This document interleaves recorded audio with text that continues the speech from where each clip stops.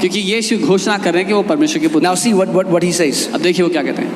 But he kept silent and answered nothing. Again the high priest asked him, saying to him, Are you the Christ, the Son of the Blessed? फिर महायाजक ने उससे पूछा, क्या तू ही मसीहा है जो परमेश्वर का अति प्रधान परमेश्वर का पुत्र है?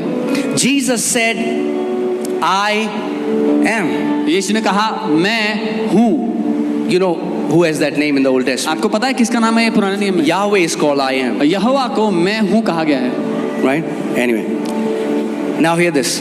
सुनिए। And और you will see the Son of Man और तुम देखोगे परमेश्वर के पुत्र को sitting at the right hand of power. I told you there was one more throne. तुम देखो, Ancient of days, there was one more throne, and Jesus is speaking the prophecy of Daniel 7, and he says, you will see the Son of Man sitting at the right hand of the power and coming with the clouds of heaven. यीशु ने कहा, मैं हूँ और तुम मनुष्य के पुत्र को सर्वशक्तिमान की दाहिनी ओर बैठे और आकाश के बादलों के साथ आते देखोगे।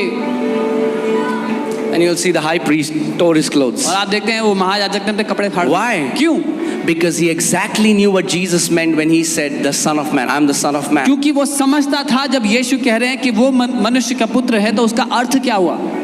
He said, you're going to see me one day. यीशु ने कहा, तू एक दिन देखेगा मुझे। When I will be seated in power, जब मैं, and I'm going to judge you. जब मैं सामर्थ्य में अधिकार में बैठा हूँगा और तेरा न्याय करूँगा। Do you know everyone who is mocking Jesus, everyone who is doing everything, one day everyone has to stand before the judgment seat of Christ, where he sits as Almighty God and judges the living and the dead. आप जानते हैं हर कोई जो यीशु का मजाक उड़ा रहा है, ठट्ठे में कह रहा है, एक दिन वो यीशु के सामने खड़ा होगा और यीशु जो सर्वशक्तिमान परमेश्वर के रूप में उसका न्याय करेगा। Because we don't know how holy he is. That's why people use cuss words. Jesus is used, oh Jesus, because they don't know the majesty of the Son of God, because they don't know how powerful, how holy he is. क्योंकि हम नहीं जानते कितना महिमा से भरा हुआ, कितना महिमान्वित उसका नाम है, इसीलिए उसके नाम को हल्का लिया जाता है या अपशब्द की तरह इस्तेमाल किया जाता है। And isn't that so amazing that not only he's all powerful and all holy, he's so loving and compassionate that he called us by our name, and the Bible says he's not ashamed to call us brothers. पर क्या ये अद्भुत नहीं कि वो सर्वशक्तिमान जो अति शक्तिशाली है, उसने हमारा नाम लेकर स्नेह से हमें बुलाया और वो कहता है मैं शर्माता नहीं हूँ तुम्हें अपना भाई कहते हुए। Isn't that amazing? क्या ये अद्भुत नहीं है?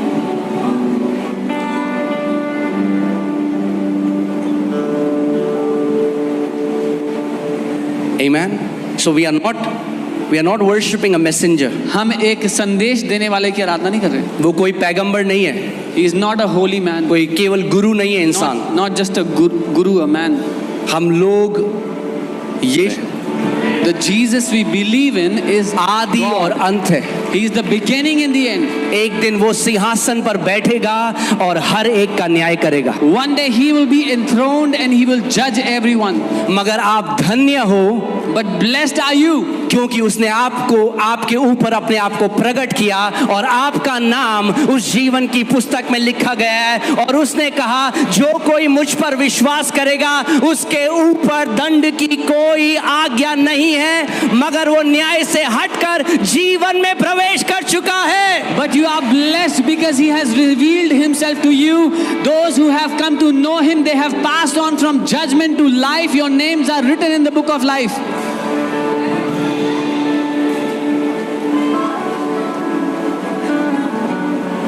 Amen. आप धन्य हो। You are blessed. आप नहीं समझते इस बात को, मैं भी नहीं समझता। हम नहीं समझते कितनी बड़ी कृपा परमेश्वर ने हमारे ऊपर करी है। I don't understand this fully right now. The mercy God has shown towards us. इसीलिए मैं कहता हूँ हमने किसी संप्रदाय को, किसी धर्म को नहीं ज्वाइन किया। We have not joined a sect, a religion called Christianity.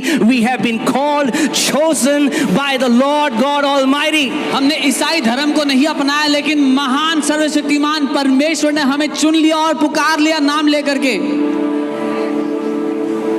Amen.